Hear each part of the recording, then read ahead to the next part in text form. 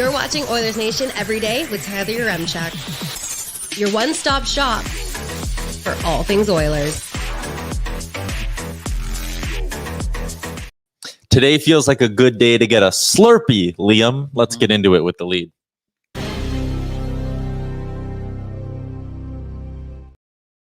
Confession time. First off, welcome into Oilers Nation every day, live from the Sports Closet studio, 3 locations in the Edmonton area. And it's where I picked up this hat before my vacation, because you can't go on a vacation without a fresh lid. Go Jays, go. Yeah, the inside of it's got like the Toronto skyline. You see that? Look.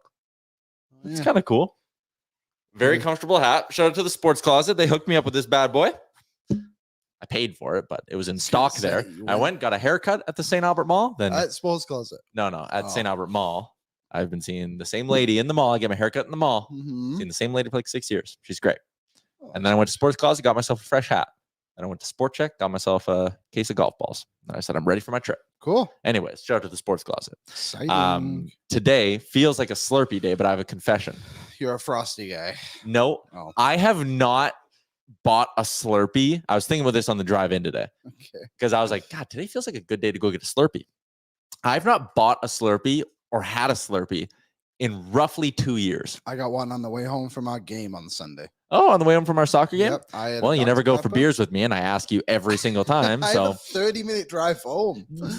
I want to get ahead of it. Yeah, but we're done at like 7.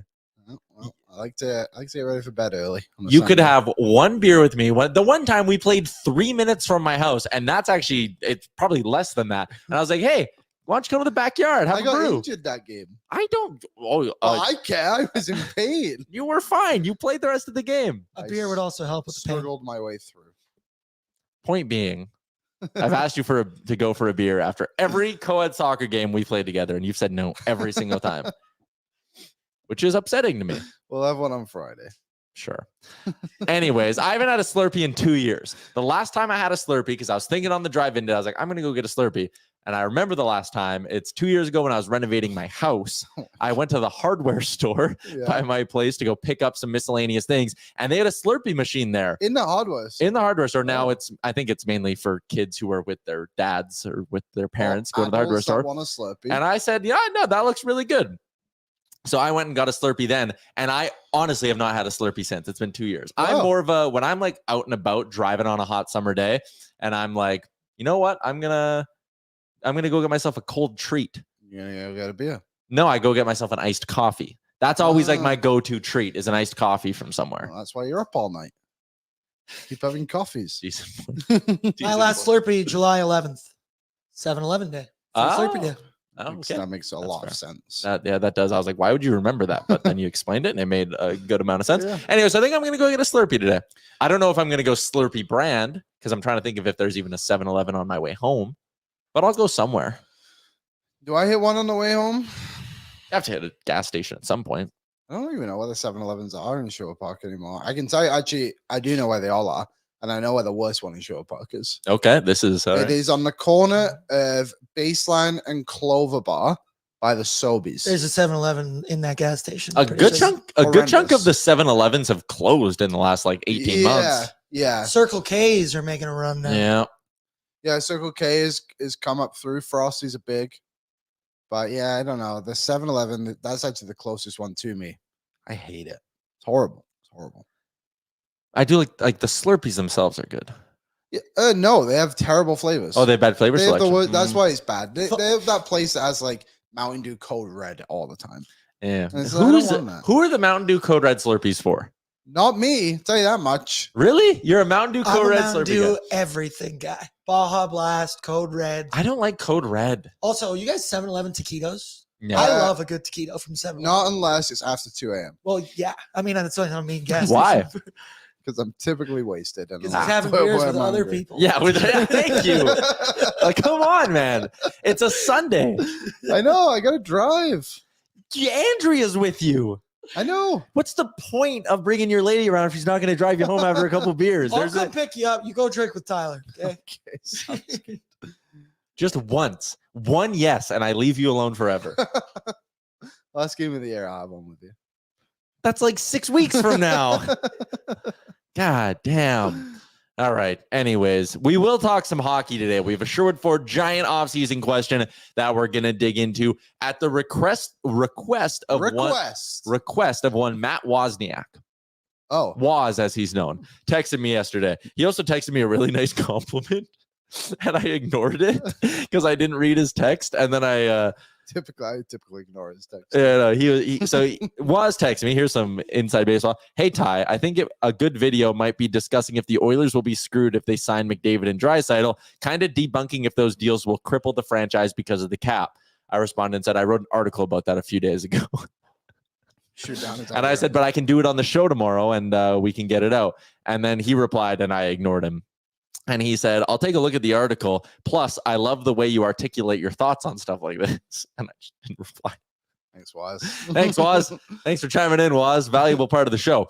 Was it too good for you guys? Yeah, I mean, probably. So there you go. So we'll dig into that. We'll go. What? Just so Woz's comment. Oh, Woz is watching the show. Tyler sounds like a great influence. I think he's referring to the beer thing. Oh, okay. Just saying. What did I say? Do we have a lot of hockey talk? Because it's something I really want to talk about, and I don't know when we can. Well, I'll save it for later when we do the other sports. Oh yeah, we are digging into that because it's hilarious. Get to that early. Yeah, we'll get to that early. Actually, I think let's do everything backwards. You want to do backward show today? That's actually kind of funny. You want to do the other? Because I literally just finished my Olympic power rankings and put them in the work tapes. Okay, well, if they're ready to go, we can work backwards today. Backwards show on Wednesday. Also, white shirt Wednesday. White shirt. I'm wearing the Owen Everyday shirt. I shrunk mine. Sorry, let me rephrase that. My girlfriend shrunk mine. After my strong request, and I want to put in there, I do my own laundry, but every now and again things get mixed. Yeah. It happens. Yep. Wait. Okay, you know what? You continue, then I'll have a follow-up.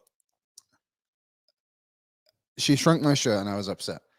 You do your own laundry. Sometimes things get mixed up. Yeah. Do you don't just do a batch of laundry that's yours and your girlfriend's?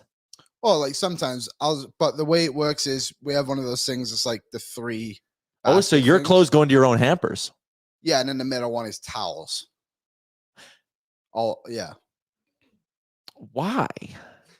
Because that way, because she has a lot of stuff. Like I am one of those people. Basically, the only thing I put in the dryer are like shorts, jeans, underwear, and socks. Like, shirts don't. Never. Okay, wait. Also, so everything but shirts go in the dryer. And pants. Like my Lulu pants won't. Oh, dry. So you hang dry things. I hang dry basically everything because I hate having clothes that don't fit me. Obviously, I'm the opposite. I've never hung dried anything in my life. Everything I Same. have. I'll rather shrink it all and I'll just buy new clothes. No, everything is hung dry. And plus, I have like I wear a lot of sports jerseys. I never wash my sports jerseys unless I get booze on them. Yeah, I hang dry everything. Do you have like one of those fold out racks? Yeah, I do. And I got I got it as a birthday present 2 years ago. That's actually I like that. Fantastic. I love it. So yeah, there you go. Liam speaking straight laundry facts. It's the way you gotta go. Do you have another comment? Okay. There's a couple. I just like this one from Fighting Amish. It circles back to the Woz thing, and it says, "Is Woz the Charlie to Tyler's Dennis?" It's Always Sunny in Philadelphia. Fans want to know. I actually think that's pretty close to an accurate way to describe how Woz fits into this workplace. Yeah, that's. I don't know what that means. Charlie work, Woz work. Is Charlie the guy who like stands at the board and he's like aliens? Isn't that we've all like? Yeah, that's him. Yeah, that's Charlie. Yes. These people have been waiting for their Poppy mail. hang drying clothes makes last longer. Well done. Here's the thing. I don't care about making my clothes last longer. I just don't care. Why? I have so many. First off, I have so many clothes. Bragger. Well, I have so many shirts. We get a million shirts from working here. I don't. I gotta figure that out. Get your bread out. Go But like half my closet's nation gear, then the other half is like the stuff I want to wear when I'm not working. I just don't care. I like buying fresh clothes too. So like if something's worn down, whatever, I'll go buy a new one. Tyler's was so wasteful. I agree.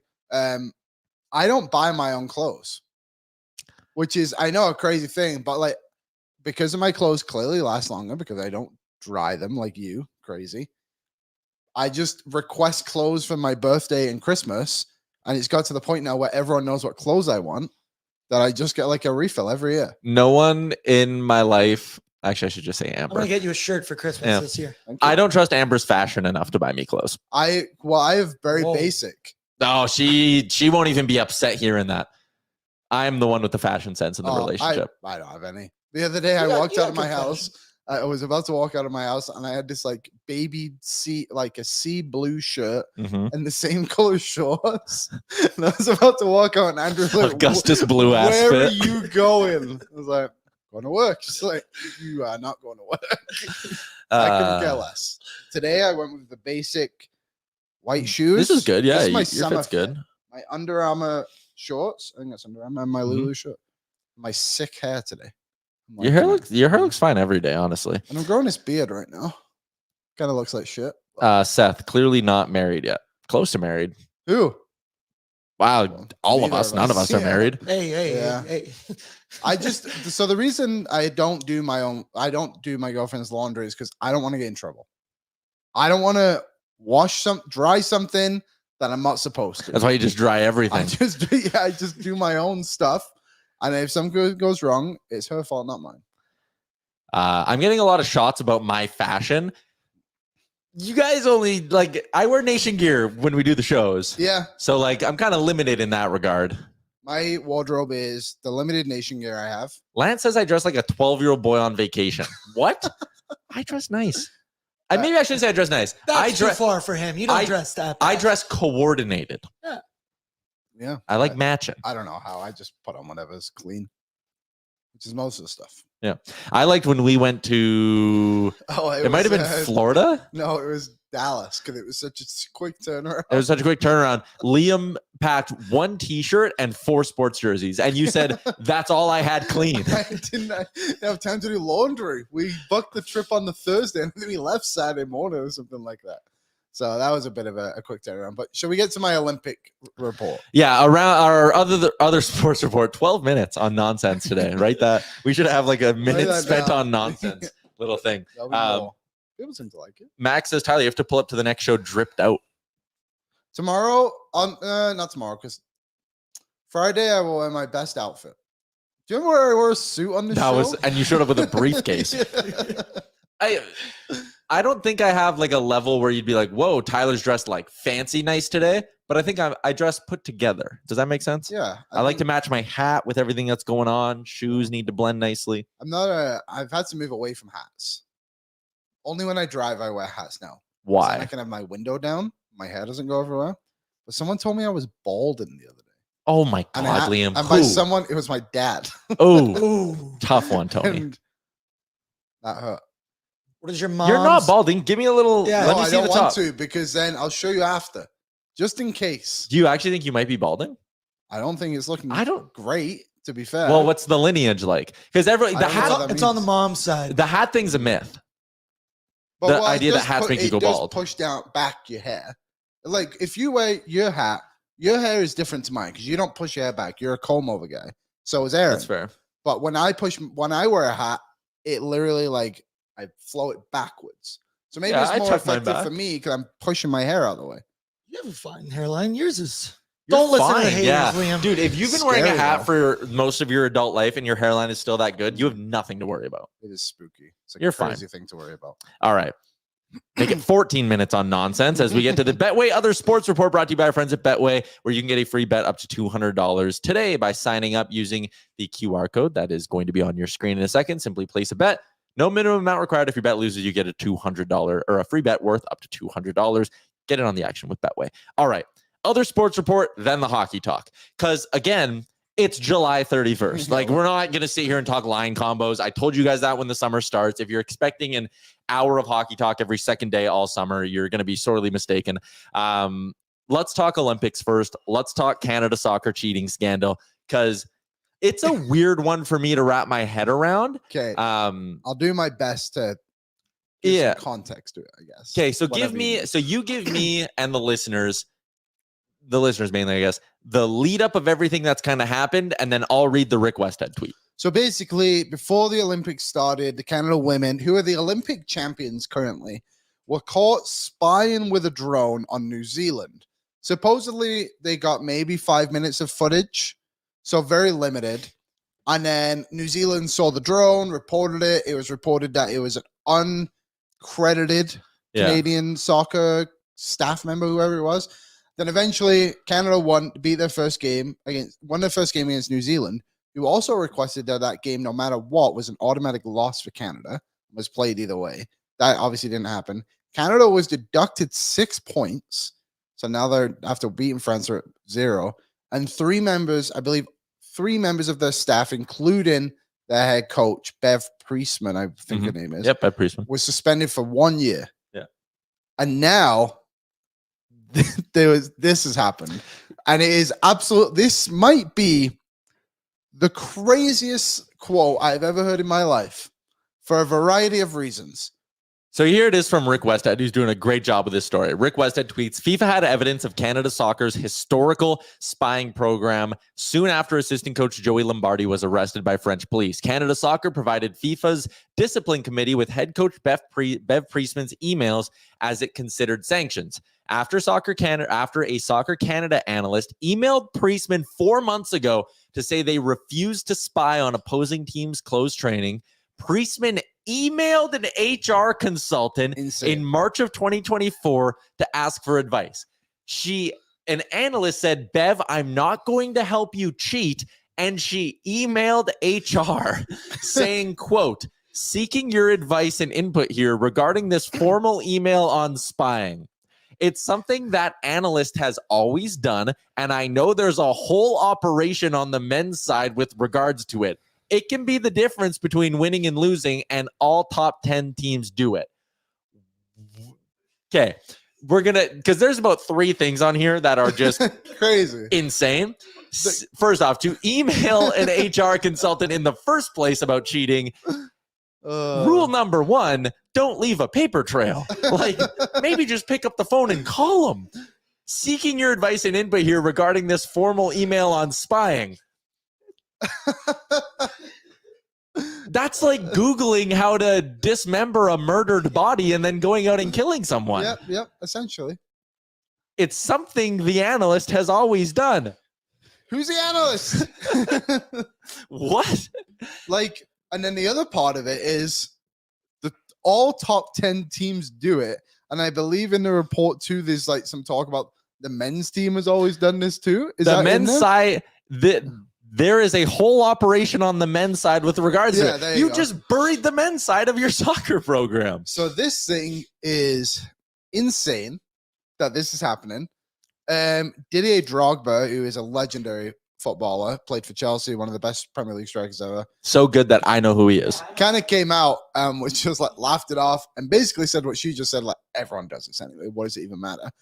What I want to know is what you would really learn.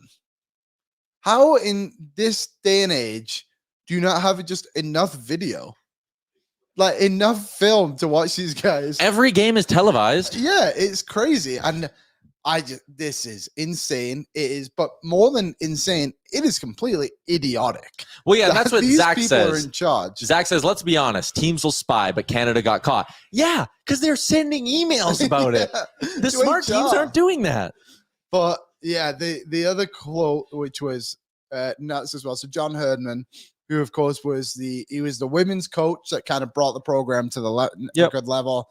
Then he was the men's coach that took them to the next level, got them to a World Cup. Now the head coach of TFC in the MLS. And he had a quote that was like, I know nothing about this. This is all new to me. Never did anything. Within hours of that quote, evidence came out that the men's team had been doing this for years under John Herdman's watch.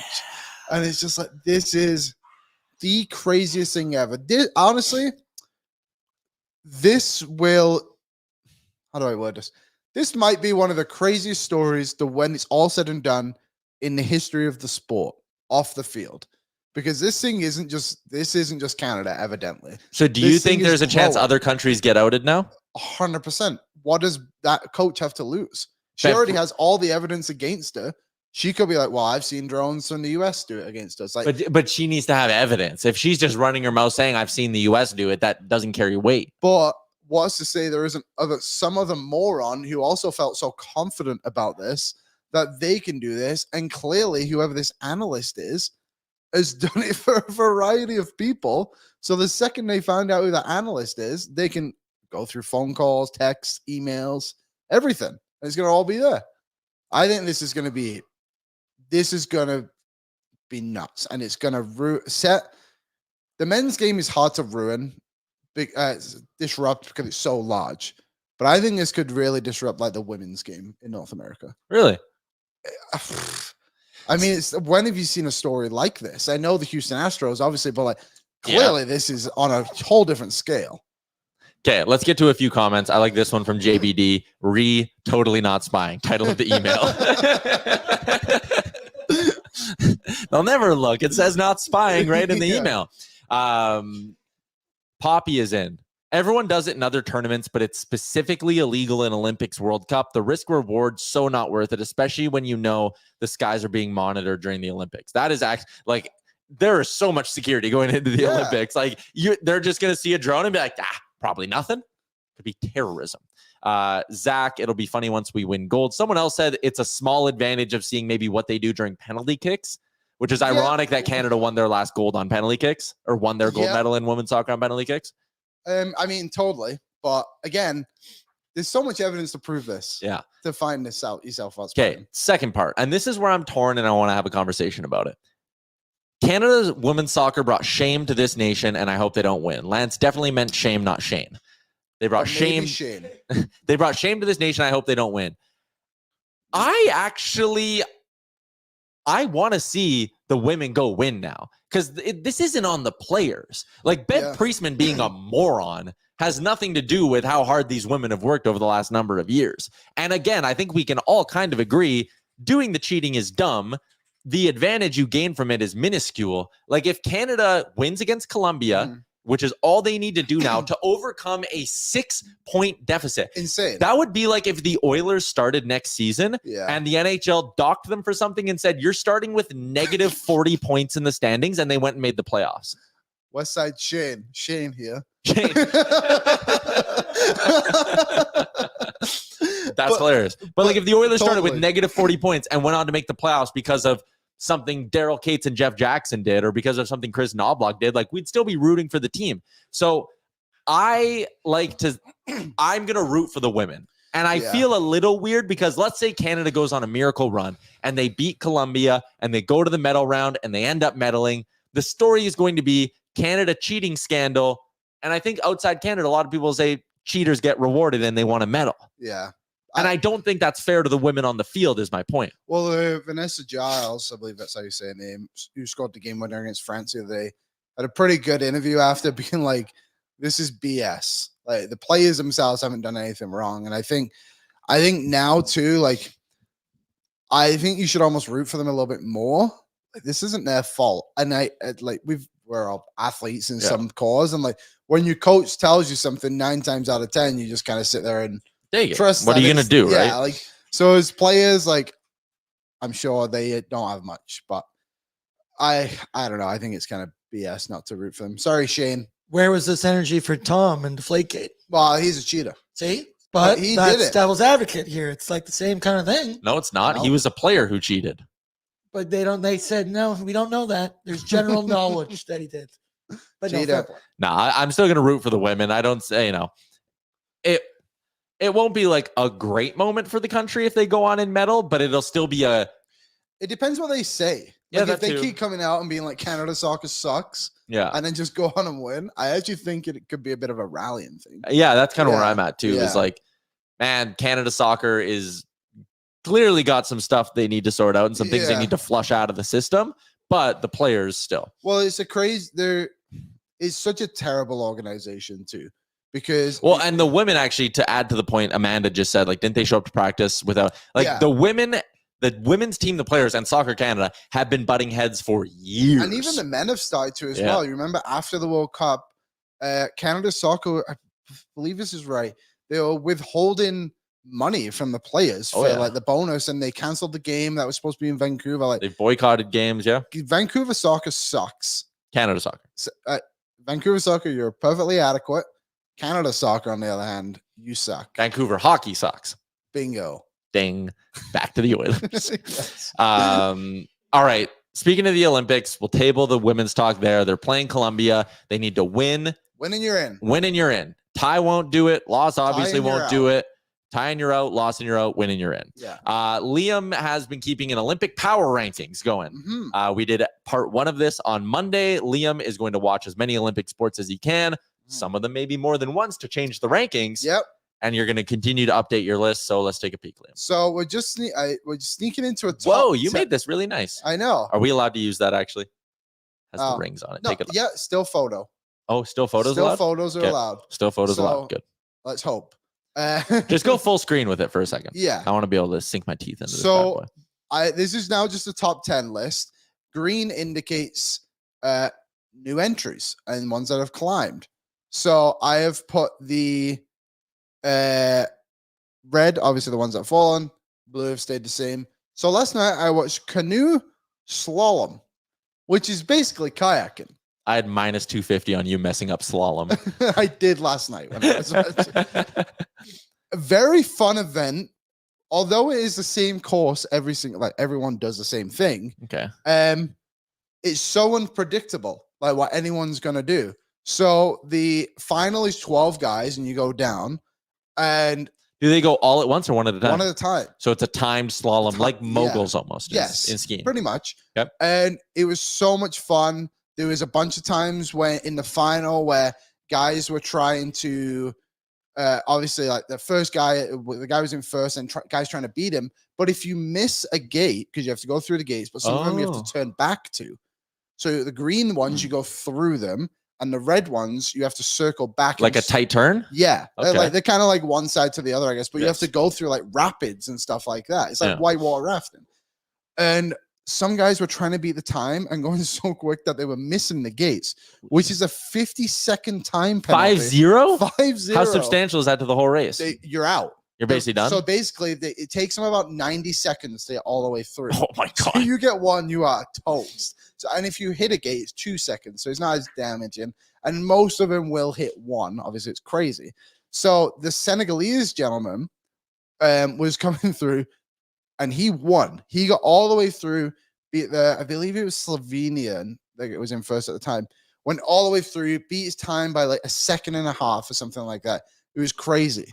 And then after the race, they determined that he missed a gate.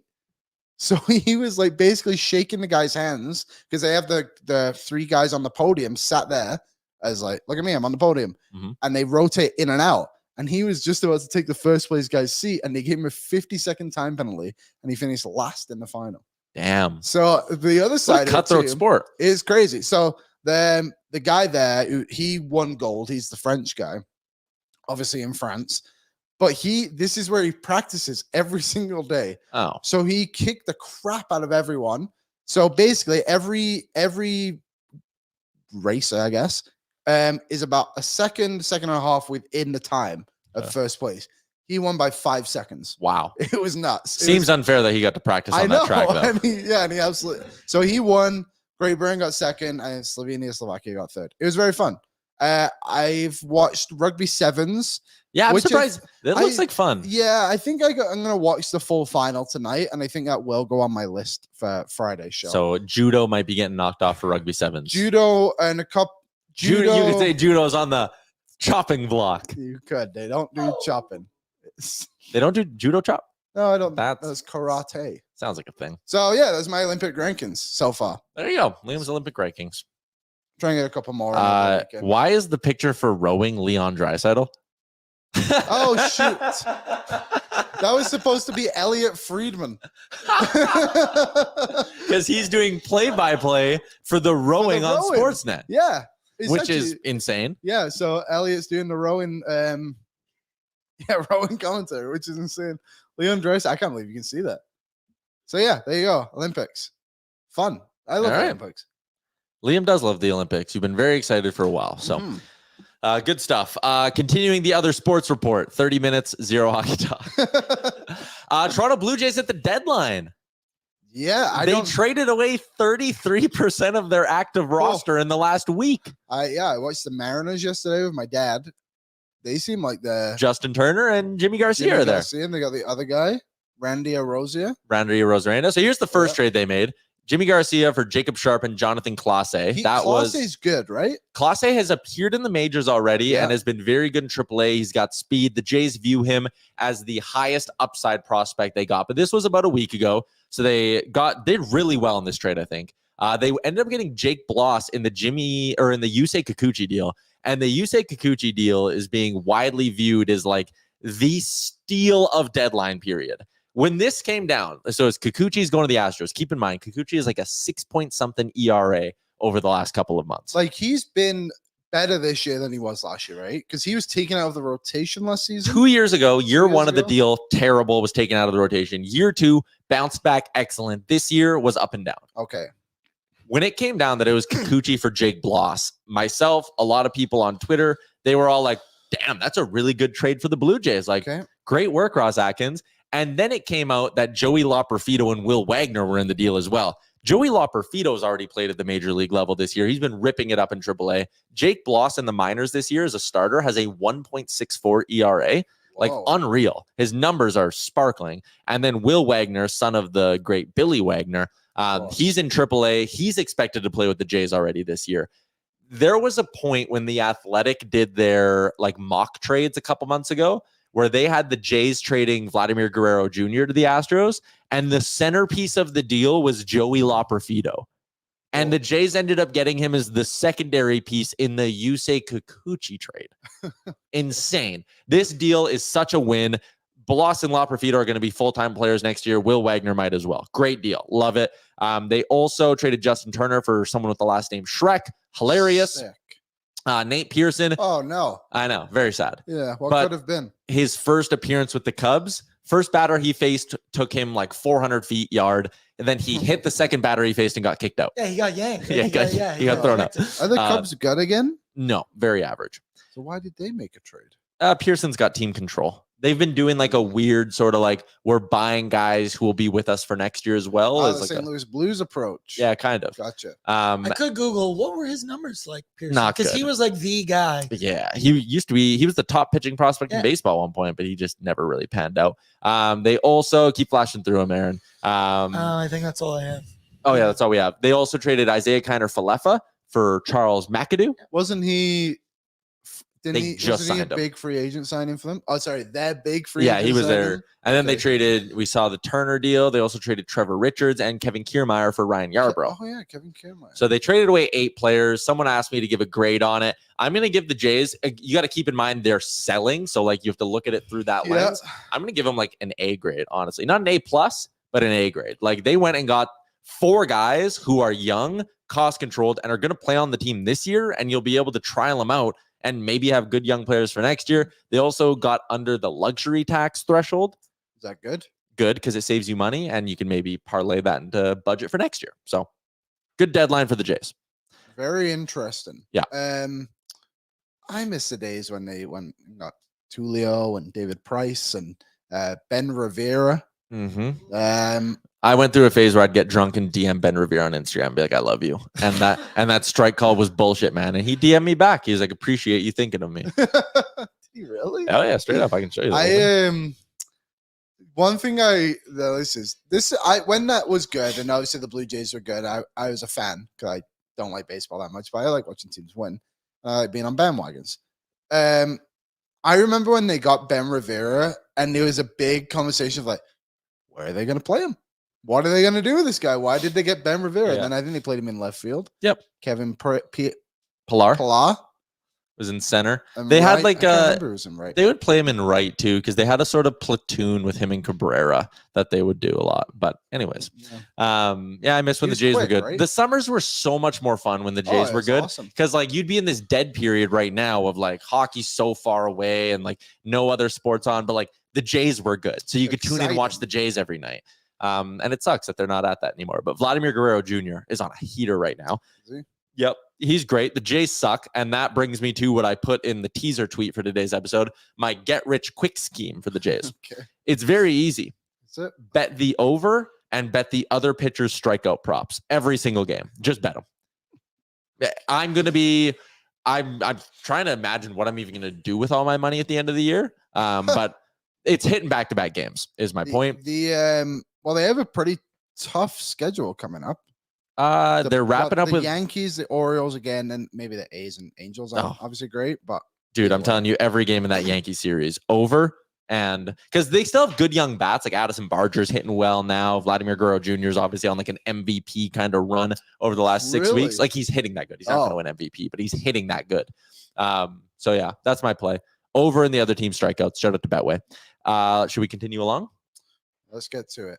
All right. Millwoods Golf Course is going to be hosting the Oilersnation Open once again, Liam. Private club conditions for under $100. Millwoods is a fantastic public track here in the city. And the Oilersnation Open, it's happening. Head to nationgear.ca to sign up. It's presented by our friends at Star Mechanical, Edmonton's #1 plumbing and heating company, and Oodle Noodle. It's an 8 a.m. shotgun start on August 30th. It's our 7th annual. I have appeared in 6 of them.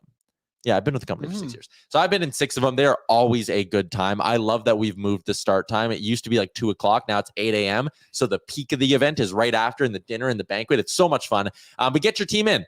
You can sign up you can sign up a foursome at nationgear.ca, or if you want to be a mosaic golfer, you can do that as well. Yep. Sign up as a solo for 1/4 of the price, and we put you in a group with a bunch of other Oilers fans. It's a lot of fun. We also have the opportunity for you to golf with myself, Jay, and Chalmers. We are back to doing our auction team. The starting bid is $600 for you and a friend. It's you and a friend. You get to golf with me, Jay, and Chalmers. So we become a 5-man scramble. There is no better advantage to have in the Oilers Nation Open than coming in this way. Ryan Denis?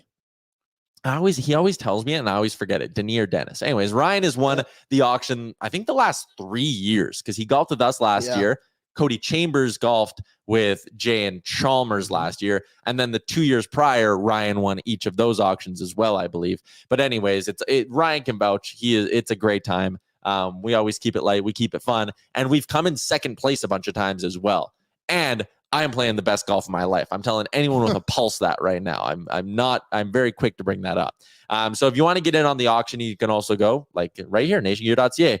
Opening bid. We just started this bad boy last night. $600. It's going to close 1 week before the tournament. So get your bids in nationgear.ca. And this is all going to Gregor's Grads as well, which is a fantastic charity. We've been supporting it every year with the Oilers Nation Open. What Gregor does is he takes the money, he goes and he helps buys, kids who are coming out of high school or who are graduating high school who, maybe wouldn't have a chance to go to their grad and have a suit and all that.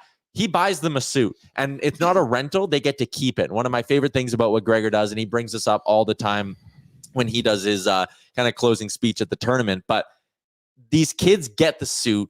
They get to dress to the nines and enjoy grad with their friends and fit in and feel like they belong. And then they get to keep the suit after. So when these kids go to get jobs, they have something to wear. And that's a big part of it as well. So I love Gregor's Grads. Love that we support them. So if you want to get in on the auction to golf with myself, Jay, and Chalmers, do so at nationgear.ca or just sign up your foursome.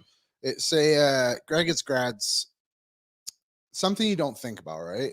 Yeah. Like I remember going to grad and getting my suit and not thinking twice. My parents bought me a suit. It was great. It was awesome being there. And like you feel everyone in a suit feels so good. Yeah. So I think it's very unique and really just fantastic thing that Gregor does for all these kids. 100%. So shout out to Gregor's Grads, shout out to the Oilers Nation Open, Millwoods Golf Course, Star Mechanical, and Oodle Noodle. All right, continuing along, I think it's time for player grades because we're going in reverse order today. Player grades are brought to you by our friends at Sherwood Power Sports and Marine. They have everything you need from fishing rods, reels, tackle, and boat accessories to motorcycle gear, water sports, accessories, and e-bikes. Find more Sherwood Power Sports and Marine. Our player grade today is Adam Henrique is the number we're on after doing Zach Hyman. Henrique was a bit more difficult to grade than Zach Hyman. He comes over at the deadline. So his regular season grade I did from the deadline on. And here are the facts, Liam. He scored at a 22-goal pace after coming over from the deadline and was 4th in PK minutes from the deadline on.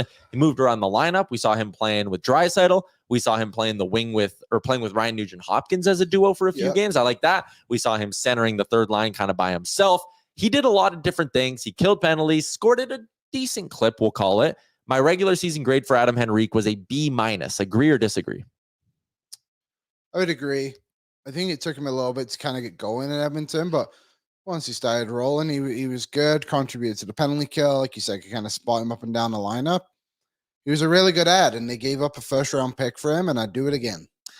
Yeah, I think I would too, especially now with the hindsight of him staying too. Yep. It's like, oh, that's a great trade by Ken Holland. But I went B- for the playoffs. He got hurt, and I do think that's a knock against him. Like being able to the best of C+ for the playoffs. I know the best ability is availability. Oh, I thought you said B-. No, I said B- for the regular season. Oh. Playoffs, he got hurt. Excuse me. His PK usage fell a little bit. He was 6th amongst forwards in penalty kill time on ice per game. He scored some goals. Ended up with 4 in the playoffs. Some of them were big. He got 2 in the Cup final. Yeah. He got 1 against Dallas in the Western Conference final, and he scored in the first game of the playoffs. First game of the playoffs against the LA Kings. So it was a snipe. But still, he wasn't as effective as I maybe would have liked. So I knocked down his grade to a C+. I see some of you in the chat. Wise Kyle gave him a B+. JBD gave him a B for the playoffs as well. I have a hard time getting to a B because there wasn't like a signature moment or a signature goal. It's not like he scored a big OT winner or something like that. He was decent in the dot. He was not used as much on the penalty kill.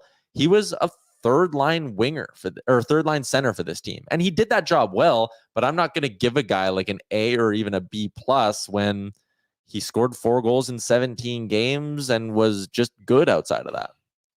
Am I being too hard on him? I don't think your logic is wrong. I think your wording may be a bit harsh on things, but I think he was solid. I think C+ is actually perfectly adequate for what he did. One of the goals he scored in the final was kind of that, what was it, the Yaremchuk game that we all kind of remember when that was game 4. He was the one who did his second goal he scored, right? Because Yaremchuk came across down the boards and put it across to him. So that was great. But like you said, I think the injury really dampened what could have been for Adam Henrique, and he really was like the only notable player to miss a game, if I'm remembering correctly. Yeah, kind of. And someone says faulting a guy for being injured is wild. I'm not like faulting him, but it affects his grade that he didn't appear in every playoff game. And if you don't play, like how can you be how can you contribute, right? Do the test. And I give him credit for coming back. Remember though, he came back and then had to go out again. Yeah. And I give him credit. Like it was a high ankle sprain. It was a high ankle sprain. That's not easy to get through. And him coming back when he did, like he deserves to be praised for that, and he grinded through it, but it hurt his effectiveness. Yeah, I think C+ is fine. Played a third line role, played it well. Brian McLeod down the lineup.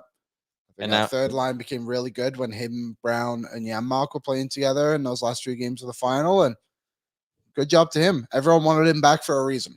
I'm going B- playoffs just because in that final series, you saw Brown Mark featuring Rico really start to take over and look good, which is where once again, it's recency bias, but I think he had 3 points in 7 games in that final series with limited ice time with not the best players. So I go B- playoffs, but I agree entirely with the availability thing. Yeah. You should be punished for that. Yep. All right. Let's move along to our Sherwood Ford Giant question of the off season or of the day. Our Giant off season question of the day brought to you by Sherwood Ford, the Giant. Tired of dealership hassles? Sherwood Ford and Sherwood Park is all about convenience and upfront pricing with their Giant Deal program. Get clear, no-nonsense pricing on new and used Fords online with all incentives included. Plus, enjoy the ease of mobile service, free pickup and delivery, and same-day or next-day service appointments. Love the service department. Love Sherwood Ford, the Giant. Here's your question. We talked about Waz being the one who floated it to us. Should the Oilers be worried about overpaying Leon and Bouchard? I think it's an interesting idea because there is a lot, and it's low-hanging fruit for other fan bases to throw at the Oilers to sit there and go, oh, yeah, you're going to have $40 million tied up in 3 players one day? How are you ever going to afford that, right? I'm a believer that you pay your best players and don't think twice, and you sort everything else out after. We've seen this year. I mean, they have Henrique, Skinner, and Arvidsson for $10 million combined. Those guys aren't signing for $10 million combined if Connor and Leon aren't here, right? Like, totally build a good team, establish your core. Leon is a part of your core. Bouchard is a part of your core. Like, Leon, McDavid, and Bouchard are the big 3. Totally. Those are the guys who are going to drive you to a Stanley Cup one day. you pay them and you don't think twice. And I understand some of the concerns, like I said. But what I did, and I wrote this in an article, you can read it at Oilersnation.com. It's a way too early look at the 2025 cap situation. Aaron, if you want to pull it up here, this is what I'd kind of laid out in the article. And this is for 2025. This year? Next year. Like 12 months from now, what will the Oilers cap picture be like? So the ones that are bolded are players who aren't under contract for 2025 right now, who you'll have to re-sign. Everyone else is at their current cap hit. Kane, McDavid, Hyman, Nuge, Draisaitl, Arvidsson, Holloway, Henrique, and Savoy, Brown, one of Philper Peterson, and Janmark, Ekholm, Bouchard, Nurse, Broberg, Kulak, Stetcher, Skinner, and Pickard. That lineup, as you can see at the bottom, assuming I did my math right, but I'm pretty sure I did. I used a calculator. $89.5 million. Now, there's no extra players on there, right? So you need to keep in mind a 13th forward and a 7th defenseman somewhere along those lines. But I think my projections are a hair above what those guys will probably be. Like I put Draisaitl at 14. I put Bouchard at 10. I think Draisaitl's probably like 13.5. I think Bouchard could end up being like a 9.5, 9.8, somewhere in that range. Broberg and Holloway coming in at a combined 3.6.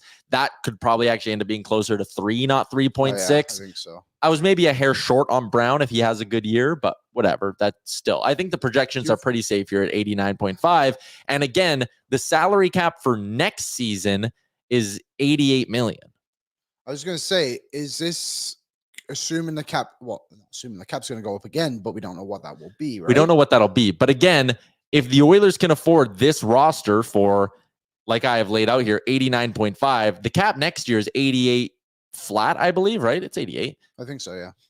It could go up $4 to $5 million. 100%. And this is what I mean with don't be scared with paying your big guns. You can give Draisaitl 14, you can give Bouchard 10, and you can field a really, really nice roster around them, right?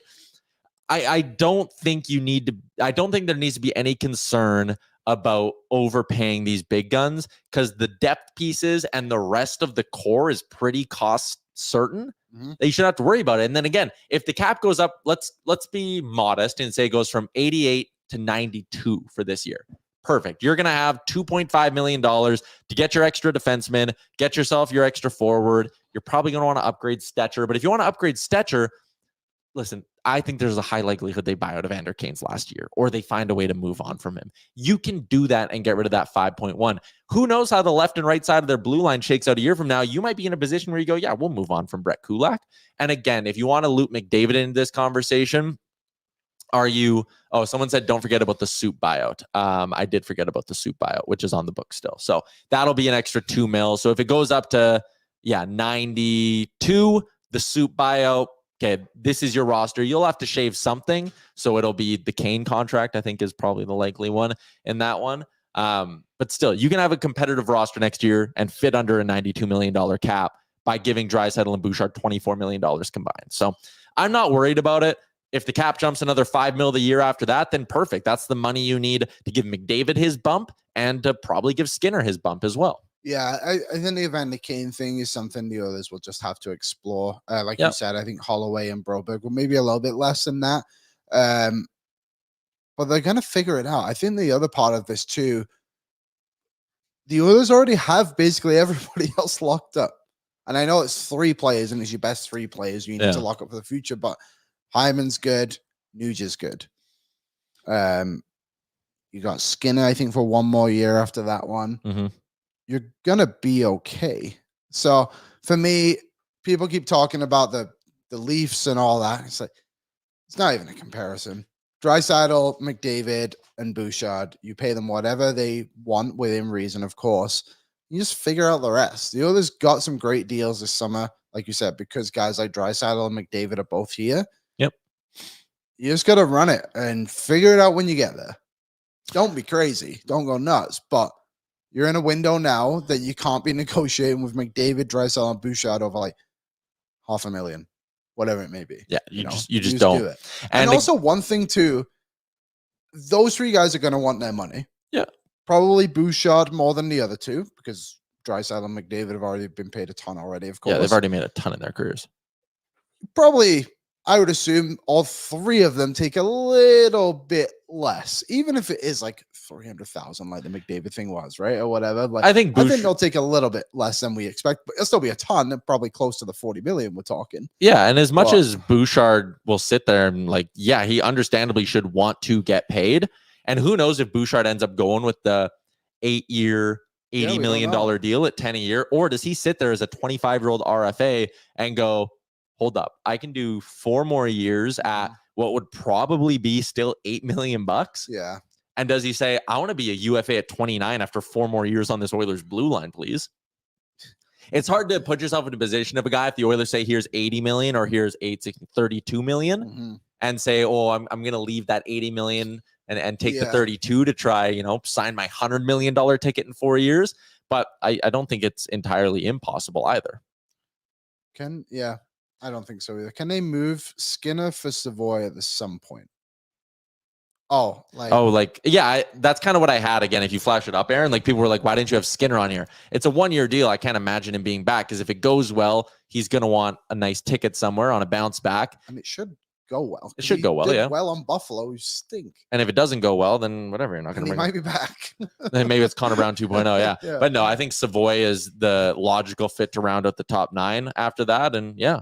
And there's other players in this too. Like you said, maybe Brown isn't back, but they just got that Roby Giventi, yeah. Maybe he has a year in the minors, comes up and plays a little bit. Lavoie, like you have Noah Philpla. Like there's pieces the others can kind of spot in on cheaper deals to save themselves 250, 300 here and there, right? Like they'll figure it out. This management staff, like obviously Bowman's got to prove himself within Edmonton, but the staff that's around him right now has proven that they can do it. Like someone put in there, Bo Akey could maybe play a role. Max Warner. Maybe Max Warner. I would say him more than Bo Akey, but who knows? Maybe they move Kulak. That's kind of what I was saying, right? There's a bunch of things. There are some built-in ways amongst this because, yes, sorry, I did forget about the Jack Campbell buyout, which will be 2.3. So that will bring them up to 91.8. So again, if the cap's 92 or 93, you have enough money in there if it's 93 to sign your one extra forward or whatever. But your built-in ways to create flexibility would be no Brett Kulak and get rid of Evander Kane. Evander Kane is probably a lock. I think next year's his last year if he plays it out. So deadline could be his last. Yeah, deadline can win his no trade. So the no trade ends for him on March 1st of next year. No, the no move becomes a 16-team no trade. The modified no trade kicks in. 16 no team March 1st. Yes. No movement, so it can't be sent to the minus. Yeah. Always. Rob says they're all paid way too much. Like, really? You need 100 mil when you already have 100 mil? If a cup is so important, I don't understand the logic. And that's why I don't think Connor's going to be like running the max and being like, I want 18 mil. Because if Connor said, I want 18 mil, like Connor McDavid can get whatever he wants. Yeah. If the max when McDavid's a UFA is 20 mil a season, a team would pay him $20 million a season. Like, McDavid is taking a discount even if he signs for 15.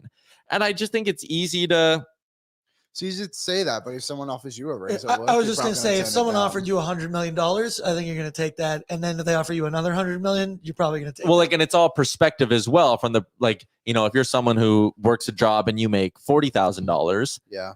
You would sit there and look at the people at your job making 120 and be like, really? You need that extra 10? Why can't I have that extra? Like, oh, really? Right? Like, it's all perspective. $100 million. Yes, of course, Connor McDavid's going to want another 100 mil. Of course, Leon Draisaitl is going to want another 100 mil. Like, there's a couple of comments in here. Jason said, still 1 more year on James Neal. So what we just showed, Jason, was for the year after. So James Neal is done after this season. Mark asked what the conditions on Darnell Nurse. Darnell Nurse is a full no trade clause until his last year in 2027-28 when he has a 10-team list. So that's 4 years from now. Yep. Rob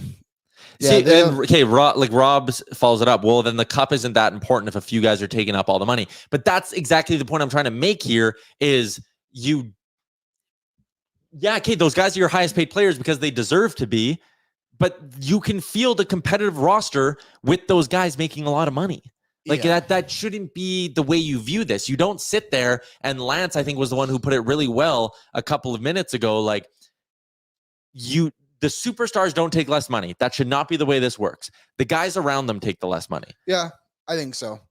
You should want to play with those guys. You should. Yeah.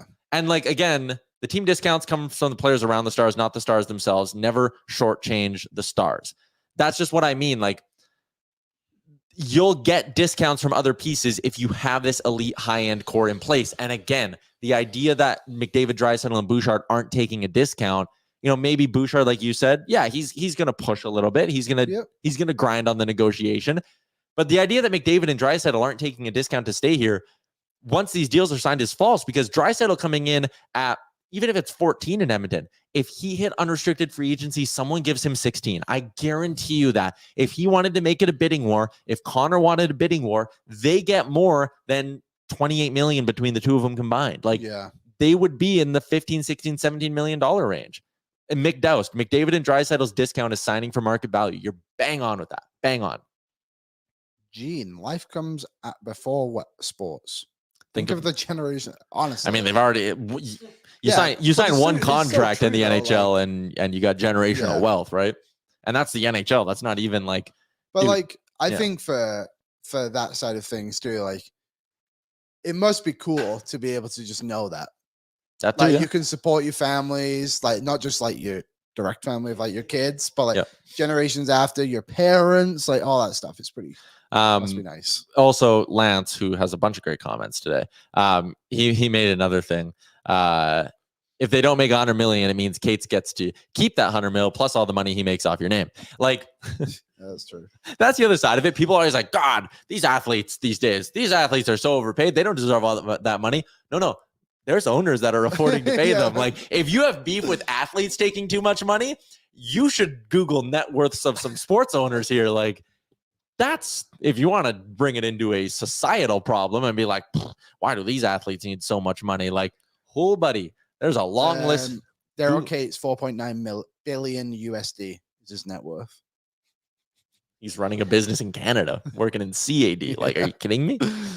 Yeah, again, I'm not doing the whole, like, these players are blah, blah, blah. At the end of the day, take as much money as you want. You won't get a road or street named after you. You won't win the cup. Live off residuals, being a Stanley Cup champion the rest of your life.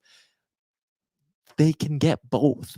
This team made it to Game 7 last year. Yeah. And also, if you're sitting there and you're Connor McDavid, Leon Draisaitl, you can be like, yeah, I'm going to leave. If you were like, if they both said, you know what, we're going to sign for 10 mil each. We're going to leave $4 million on the table. How much can you trust the GM not to fumble that? Right. Like, if Connor McDavid left money on the table last time and they signed Milan Lucic.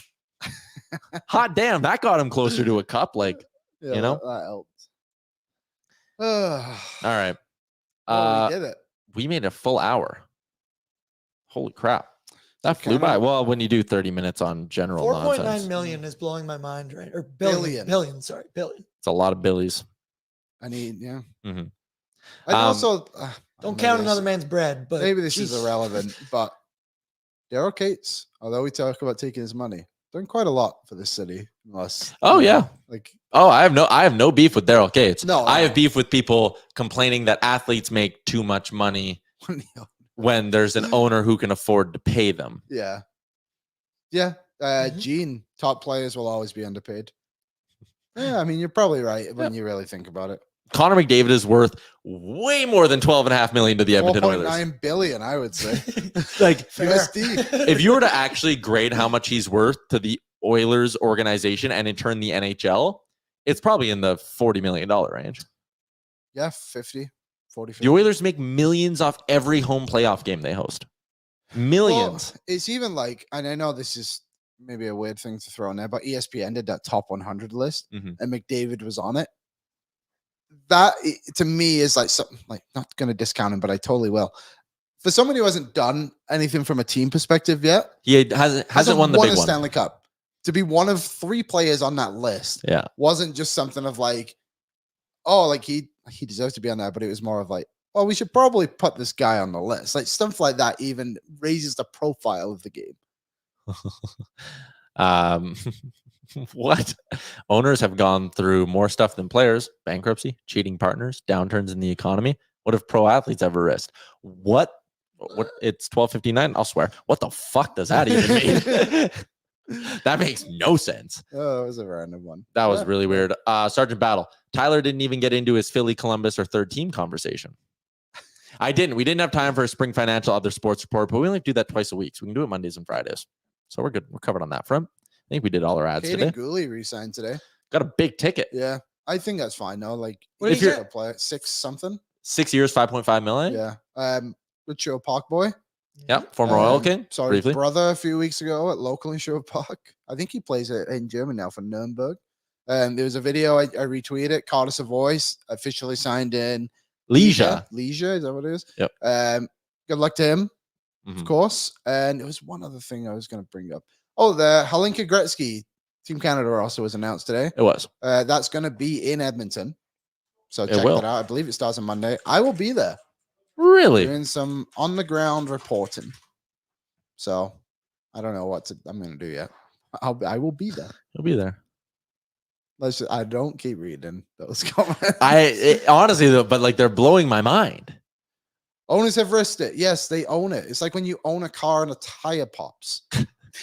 Yeah, because you own the car and you let that happen. It's still better than Ubering everywhere. Exactly. Like it is what it is. It's general life is basically what you're saying. It's just on an extreme level of things. And that too, like Gene says, I would generally speaking, owning a sports franchise is not a risk. Franchise values from 20 years ago in any sport. Yeah. Like go find like the most random who you view as a relevant sports franchise in any of the 4 pro sports. Like go look at the Carolina Panthers and go look at what their value was in 2006 and what it is now. Dude, you can operate at a pretty substantial loss yearly as a sports team owner. And all you need to do is snap your fingers and say, I'm selling. Look at the Coyotes. Someone says the Yotes are an outlier. Alex Morello drove that thing into the dirt and he only owned it for like a few years, half a decade.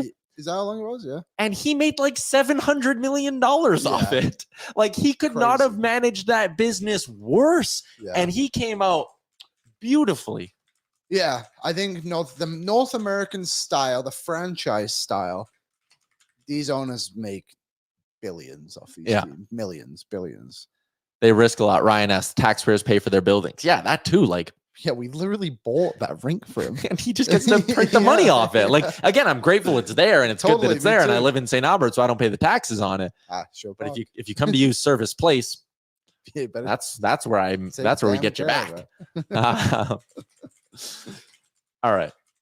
All right, we got a soccer game to watch and judge. All right, let's go watch some Olympics. Big shout out to our friends at Sherwood Ford the Giant, Sports Closet for the Sports Closet Studio as well. That is a wrap on a Wednesday edition of Oilers Nation Every Day, which did technically feature some Oilers talk. We'll be back on Friday. New episode of Better Late Than Never. If you're looking for some more Oilers Nation content, BM's going to be dropping that later on today.